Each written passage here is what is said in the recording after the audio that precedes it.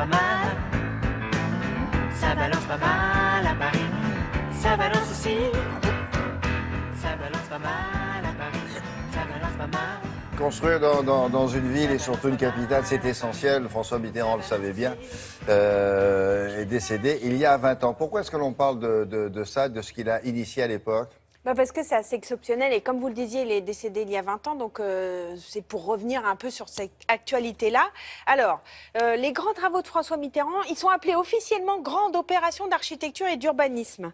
Ils font partie d'un programme architectural qui a été initié donc par François Mitterrand, 21e président de la République française. Et les grands travaux, c'est... Vous le savez un petit peu ? Tiens, question. La Grande Arche. Oui, la Grande Arche. La pyramide, oui. Mais... Hélas, l'Opéra Bastille. On ne donne pas son avis, s'il vous plaît. L'Opéra Bastille, pardon. L'Opéra Bastille, la Cité de la Musique, donc le Parc de la Villette, l'Institut du monde arabe, le ministère de l'Économie et des Finances. Il y en a qu'on ne connaît pas. Enfin, on ne savait pas que c'était lui. La Bibliothèque nationale de France, le Centre culturel Djibaou. Alors ça, c'est pas la capitale, mais bon, c'est quand même dans les grands bâtiments qu'il a fait construire. Et le musée d'Orsay. Alors le musée d'Orsay, c'était initié... Oui. C'est pas Valéry Giscard d'Estaing. Initié par Valéry Giscard d'Estaing, mais fini et signé par François Mitterrand. Oui, tout à fait. Alors, Je l'avais invité d'ailleurs à l'inauguration, je crois. Oui. Exactement, oui, tout à fait. Alors pourquoi une telle frénésie de construction ? Parce que d'abord c'était la volonté présidentielle qui était fondée sur la culture et l'urbanisme. On aimait ça. D'abord Jake Lang poussait beaucoup dans ces domaines-là. Alors les Français, comment ils prennent ça ? À l'époque ? Oui. Pas terrible. Pas terrible. Ils ralotent, c'est vrai. Oui, cela dit, ralote tout le temps. Oui, exactement. Tiens, vous m'enlevez les mots de la bouche. Allez, on fait un petit tour en arrière, exactement.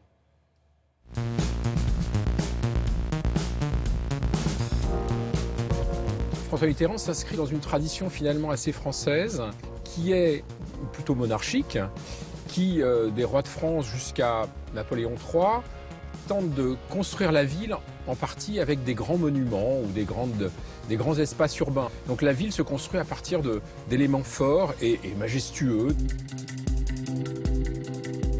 Mitterrand, il reprend tous ces projets qui s'inscrivent dans une perspective qui est le projet d'une exposition universelle pour fêter le bicentenaire de la Révolution en 1989. Tous ces projets, en fait, étaient plus ou moins en germe. Il fallait les faire parce que le Louvre, il était vraiment dans un état pas possible de conservation. La Bibliothèque nationale telle qu'elle était, elle était à l'étroit. La Cité de la Musique, il n'y avait pas d'espace à Paris pour ça. Et puis l'opéra, c'est l'époque où Boulez est en majesté en France et il faut un opéra moderne et un opéra qui serait pour le peuple. En tout cas, c'est l'intention du gouvernement. La perception des projets par les Français et les Parisiens, elle est assez diverse. C'est plutôt bien accueilli en général. Le débat, il se fait autour des choix qui vont être faits. Alors, soit il y a concours, soit il n'y a pas concours. Pour le Louvre, il n'y a pas concours. Mitterrand choisit Paye, un architecte de renom international, mais en même temps, il faut le dire, à l'époque, est déjà un peu en perte de vitesse, qui est un vieil architecte. Bon. Et comme par hasard, c'est sur le Louvre qu'il y aura le plus de débats. Pour les autres, il y a des concours qui sont organisés.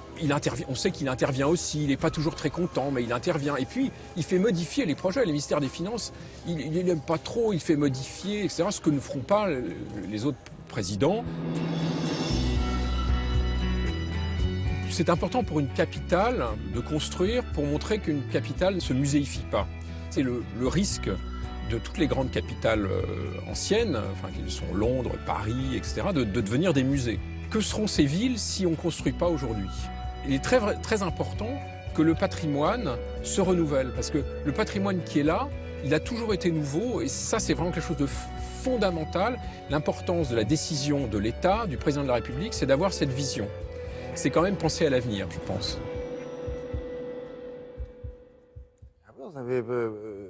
Quand c'est groupé comme ça, c'est assez impressionnant. C'est assez impressionnant.